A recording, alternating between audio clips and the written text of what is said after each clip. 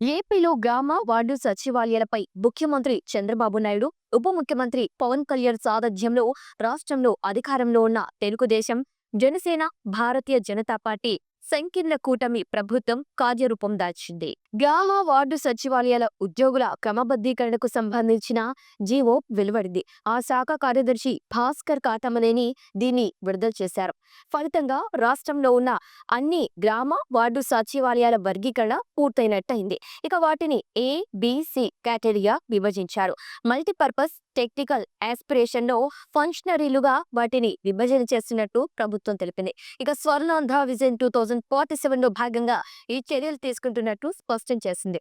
ఇక కేటగిరీ ఏలో 2500 వరకు జనాభా ఉన్న సచివాలయాలను కేటగిరీ ఏ పరిధిలోకి చేర్చారు. ఇందులో కనీసం 6 గ్రామ వార్డు సచివాలయాలు ఉంటాయి. ఇక కేటగిరీ బిలో 2501 నుంచి 3500 వరకు జనాభా ఉన్న సచివాలయాలను కేటగిరీ బి పరిధిలో చేర్చారు. ఇందులో కనీసం 7 గ్రామ వార్డు సచివాలయాలు ఉంటాయి. ఇక కేటగిరీ సి 3500 అంతకు మించి జనాభా ఉన్న సచివాలయాలను కేటగిరీ సి పరిధిలో చేర్చారు. ఇందులో కనీసం 8 గ్రామ వార్డు సచివాలయాలు ఉంటాయి. Internet and other things, artificial intelligence, డ్రోన్లు, మెషిన్ లెర్నింగ్, ఇతర డీప్ టెక్నాలజీ ద్వారా ఇకపై సచివాలయాలు పనిచేయాల్సి ఉంటుంది.